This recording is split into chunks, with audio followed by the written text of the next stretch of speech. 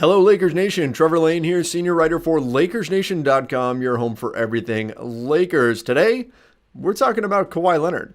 Shocker. I know, but today the Lakers Nation newsfeed is diving into Kawhi Leonard and what's going on, and I want to ease some fear today. I feel it. I feel the stress out there. Everybody is wondering what's going to happen with Kawhi, and more importantly, what happens to the Lakers if they don't get him. Well, today I want to talk about that. I'm going to go into what the Lakers can do if they don't land Kawhi Leonard and why everything may still be okay. All right, first though, quick shout out to our sponsors, Uptime Energy Drinks, how energy should feel. You can find them at 7-Eleven, GNC, and Amazon.com. Uptime Energy is basically how I'm staying vertical during this whole Kawhi situation because sleep hasn't really been an option. And betonline.ag, your home for online gambling. All you have to do is go to clnsmedia.com/LeBron. And that's how they know that you came from us. And then you enter the promo code CLNS50 to get a 50% bonus on your first deposit. Okay, so Kawhi, look, I get it. People are stressing, right? There have been all kinds of rumors flying, but nothing really concrete. And even the big heavy hitters, guys like Adrian Wojnarowski, don't know what he's doing. Nobody can get a real clear idea of what Kawhi Leonard is doing, and so much is resting on this. He's one of the top players in the NBA. Look, if the Lakers get Kawhi, you're talking about, on paper, arguably the most talented big three ever with Kawhi Leonard and LeBron James and Anthony Davis. So I get it. There's a lot at stake. There's a lot of you sitting out there right now refreshing Twitter nonstop, hoping to get some idea of what's happening with Kawhi, and it's not coming, and that's stressful, and it's frustrating. Lakers fans are stressed out right now. Raptors fans are stressed out. They're tracking Kawhi's plane. They're standing outside of the hotel that they think he's meeting at. Okay, Clippers fans are... well, the 12 of them are also stressed out, we think. But the bottom line is this is causing stress in some major fan bases here with the Lakers and the Raptors. And it's understandable, but I want to talk big picture real quick. Because, look, what's happening right now with Kawhi is not abnormal. This year's free agency is what has been abnormal. What Kawhi is doing right now is pretty standard. This is what free agents have done historically. They've taken a little bit of time. They've taken a few meetings. And look, it hasn't been kept as quiet as this has been, but still, they've taken a little bit of time, and then they've eventually come to a decision. Look, LeBron didn't decide when he was a free agent 1 year until like July 9th. Okay, that's more the norm. That's usually what happens. Okay, look, NBA folks and those of us who cover the league always joke that, of course, something big is going to happen on 4th of July because our 4th of July tends to get ruined by free agency because we have to go rush to our laptops and churn out content because something's happened. All right, that tends to be the norm. What's gone on this year is not. And what's happened this year, there's a few things that have been at play here. First and foremost, look, free agency got moved up a little bit, got moved up by a few hours to 3 o'clock Pacific time, June 30th, but teams have just ignored that. Teams this year have been so bold and so brazen in ignoring tampering that deals were starting to get announced a full day before free agency began. Teams pretty much figured, well, we're not the Lakers, so we can tamper all we want. And so we saw, look, Kemba Walker. That deal came out a day before free agency even officially started. We knew where he was going. We knew he was going to the Celtics. And so that made it feel like free agency kicked off way early. And then there was this just cascade of deals, right? One after another, after another, after another. And so by contrast, it felt like Kawhi was taking a long time. In reality, it's just been that this year's free agency went warp speed and Kawhi's just going normal speed. He's just doing his thing.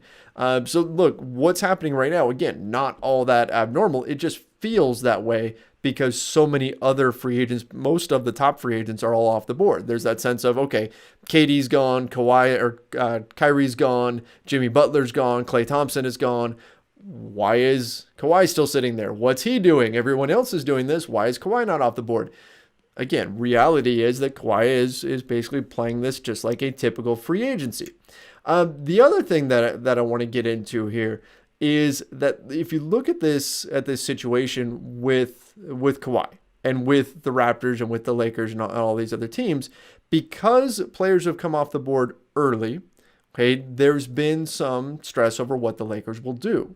How do they handle this thing? How do they pivot if Kawhi says no? And I've been telling you guys all along from the beginning, I've been saying, don't worry, because even if there's been people who've been saying, look, don't even get Kawhi.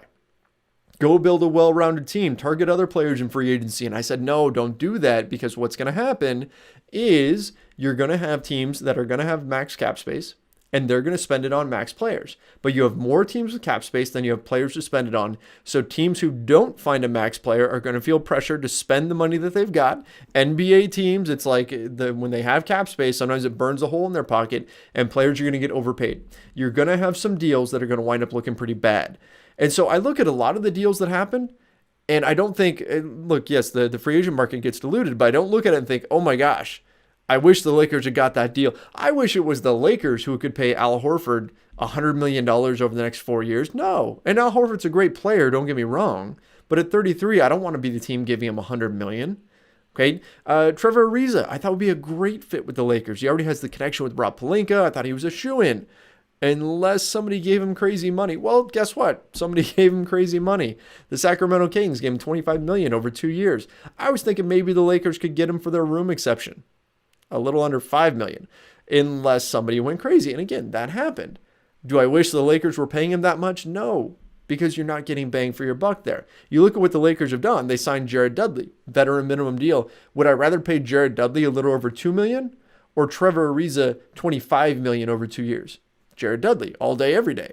Okay, Seth Curry is going to get, a little over $8 million a year from the Dallas Mavericks. He would have been a wonderful fit with the Lakers. Instead, they went and got Troy Daniels, who can also shoot. He's not nearly the player Seth Curry is, but he's getting the minimum compared to what Seth Curry's getting. Okay, brought out over a number of years. Look, the Lakers haven't really missed out on a lot of deals. I think Seth Curry's deal is fine, and I wouldn't have had a problem if the Lakers were paying that. But realistically, they can't get to that number if they're going to sign a Kawhi Leonard. And getting Seth Curry is not worth throwing in the towel on the Kawhi Leonard hunt. So that's where they're at. If you look at right now at the free agent market, there's been a handful of guys who have gone for good prices. Look, I like the Warriors getting Willie Cauley-Stein on a minimum deal. Like, that's solid. There's a number of deals that have been good, but a lot of them have been overpays. There haven't been a lot of deals where I'm looking at them thinking, gosh, the Lakers really should have got that guy at that price. You don't want to overpay players. That ends up badly. Look, we saw that firsthand with Timofey Mozgov and Luol Deng. So, given that factor, right, I don't think the Lakers have missed out on a ton of opportunities. However, I will say that right now the market is thinner than I expected. I figured that once the cap space started to dry up, there would still be a solid pool of players that the Lakers would be able to swoop in on once they had heard one way or another from Kawhi Leonard. And I thought it would be a little bit deeper than what it is right now. And the reason why it's not quite this deep is partially because of sign-in trades. What's happened is that teams have resurrected the sign-in trade. It used to be a thing that happened all the time. But now the incentive to do a sign-in trade has been kind of taken away. They got rid of that in the last CBA because they made it so that a team that was receiving a player in a sign-in trade was hard capped. Okay, which teams that right now it's a soft cap, which means you can exceed it. While teams that receive a player get hard capped. Okay, so they can't go over a certain amount, and then on top of that, you also can't give a player anything extra. Okay, so you can't pay the player the extra year that their incumbent team can, right? The NBA put in these rules to try to allow teams to keep players. That's why the incumbent team can offer a 5th year. That's why the Toronto Raptors can offer Kawhi Leonard 5 years. Okay, everybody else can only offer him 4. Well, it used to be in sign-in trades, you could just sign a guy for, say, 5 years or whatever it was at the time, 6 years, and then trade him, and then the team getting him would have him under that contract, which would then cause players to want to get into a sign-in trade because then they can have their cake and eat it too. They can get the longer, more expensive contract and go to the team that they want. And so that they were much more common. Well, suddenly they've been resurrected. Teams have been using sign-in trades this year despite the drawbacks, and what that's done is it's allowed teams that were over the cap to go pull players off of the free agent market that we were expecting to be there. So, for example, Jimmy Butler goes to the Miami Heat, who are capped out, but they got him through sign and trade. So that's one guy that I thought was going to go to a team that was going to have to burn cap space in order to get him, and then he didn't. So that meant the amount of cap space that was out there was even more and caused even more guys to get overpaid, but also more guys to come off the market. The Golden State Warriors, same thing, getting D'Angelo Russell. No one saw that coming. So no team had to burn their available cap space in order to get him. He went to a non-cap space team. So, bottom line, that means the pool is a little bit shallower. But let's take a look, right? I think the Lakers are still in okay shape if they can find the right pieces here. Now, the first guy I'm going to talk about. So let's say Kawhi says no. Let's say he goes to Toronto, or inexplicably he decides to go to the Clippers, which again, like I said, doesn't make a whole lot of sense. But let's say one of those two things happens. All right. Goran Dragic, that's the first place I'm looking. The Miami Heat tried to swing a trade for Jimmy Butler by using Goran Dragic, by jettisoning his salary to the Dallas Mavericks. It was a way that they were going to try to make the Jimmy Butler trade work.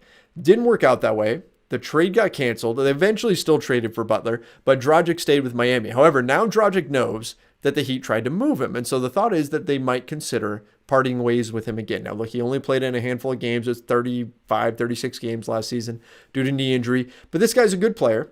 And the Lakers need a point guard, right? They badly need a point guard. They've got plenty of wings. They've got LeBron. They've got AD, who's probably going to play a lot of 5. And they also have Kyle Kuzma. But what they need is they need a true point guard. And on the market right now, Goran Dragic is it. That's your best available option as far as point guard goes. So if the Lakers have suddenly $32 million to spend because they're not spending it on Kawhi, they can absorb Goran Dragic's $19 million salary into their cap space. That's something they can do if Miami is willing to play ball. They'd be getting a 33-year-old point guard. It's just a one-year stopgap type thing, not something where you're landing a long-term piece here, but he's a good player, still good in ISO situations. He's not nearly as good as he used to be, but he's somebody who could step in and fill a role, and obviously you're just burning straight cap space. Also of note, the Lakers need to spend their cap space before they make the Anthony Davis trade. So whenever they hear on Kawhi, no matter what direction it goes in here, I would expect there to be a flurry of moves. I'm sure the Lakers at this point have things set up well in advance. They know who they're going after. If they don't get Kawhi, they're going to go after player A, B, and C, and they're going to spend this much money on them. I'm sure they have that set in place. So whenever we hear something concrete, I would expect the Lakers to make a number of moves quickly because they want to be able to execute that Anthony Davis trade by July 6th. They could do it maybe a day later, maybe 2 days later, but there's a lot of other moves that are kind of held up on that. So again, as soon as we hear on Kawhi, I would expect a lot of activity from the Lakers. DeMarcus Cousins, another name that's out there. Adrian Wojnarowski said there's no market for him. Probably not at the price he wants, but again, if the Lakers have cap space, would you rather gamble on a guy like DeMarcus Cousins or go with a clear backup like Kenneth Faried? Give me Cousins. Give me his upside all day, every day. Yes, he can be a little bit prickly sometimes, and there's some other issues there, and he's dealt with a number of injuries, but the upside is huge. Okay, the talent is incredible. Look, even if he's only 85% of what he used to be before he started dealing with these injuries, that's still a really, really good player. So that's another guy that you can look at. Okay, maybe there's a market there where you can bring him into the Lakers. Danny Green. He's got offers out there. We hear the Dallas Mavericks are in hot pursuit, but he's been kind of holding off, waiting to see what happens with Kawhi Leonard. But if you're able to grab Danny Green, he'd be a great fit with the Lakers. 40% shooter from 3 for his career, plays great defense, just your prototypical 3-and-D player. He'd be a wonderful fit. So you could go and offer him a decent amount of money. So even if you go and you spend $19 million on Goran Dragic, you could spend 10, 11, 12 million on Danny Green, and then you've got a real starting 5. You'd have Dragic, Green, LeBron, Kuzma, and AD. Then you've got a pretty solid starting 5. Even without Kawhi, that's still a solid group. That is a serious team to be reckoned with right there. Andre Iguodala, if he hits free agency, latest rumor is that the Grizzlies are going to try to keep him around to try to work out some sort of a trade, try to get some sort of value out of him, which I don't blame them. Could be a leverage ploy. Maybe they're trying to get Iguodala to give up a little bit more money or something like that in order to do a buyout. But bottom line, if he does hit free agency, he'd be a wonderful target for the Lakers and could really give them a lot of depth. Kyle Korver, same thing. We've heard that he's going to be hitting the free agent market after getting traded to the Phoenix Suns. There's going to be a buyout there. Again, 38 years old, but none of these guys are going to be perfect. They're all going to have some issues, and Kyle Korver's an amazing shooter, okay, which the Lakers are going to need. Marcus Morris, Clutch Sports client. By the way, a lot of Clutch Sports clients still out there, and I think there's something to that. I think the Lakers are going to wind up with at least a few of them, regardless of what happens with Kawhi. So Marcus Morris is out there. Now, he's a forward. He's more of a 3-4. He's not going to be able to play either of those guard spots for you. He's also not going to play minutes at the 5. That's really where the Lakers need help right now, is at the 5 and at the 1 and the 2. That's where they're going to focus, but still could be a good value there. Quinn Cook just became an unrestricted free agent. That's another guy that they can go after. Not the prototypical point guard the Lakers need, but again, good shooter. That could be useful. Rajon Rondo, look, I know. Look, he had his issues last year. Defensively, it's a mess. Okay, but Still a veteran, still a very, very smart basketball player. Actually shot pretty well from three last season. If you're bringing him in off the bench, I'm okay with that. Okay, I'd be okay with Rondo off the bench, especially on like a minimum deal. That'd be interesting there. Alex Caruso, would love to see Caruso back. Caruso's shooting was tremendous last year. I want to find out if that's for real. If his shooting improvement is for real, he's a legitimate NBA player and should at the very least get a shot at being a full-time backup point guard for the Lakers. Kentavious Caldwell-Pope still sitting there. And look, the Lakers have overpaid KCP for 2 years now. They gave him almost $19 million the first year they had him. Then the next year, last year, they gave him $12 million. So now, if you're KCP, you've already made, $30 million? Okay, a little bit more off the Lakers that you probably were getting overpaid on. So maybe there's some goodwill there. Maybe you can get him on a cheaper deal if you go for KCP and you say, hey, look, now that we've already paid you this much, now we're going to pay you your true market value based on your production. And here's what that is.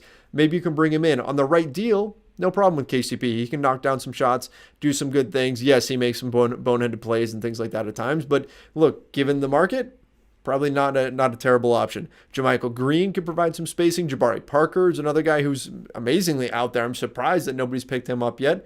Interesting option. JaVale, our old friend JaVale McGee is still there. If the Lakers are looking for centers, JaVale McGee is still out there, and he was a nice fit alongside LeBron last season. In fact, look, if you look at LeBron's assists, the majority of them went to Kyle Kuzma, and guess who second place was?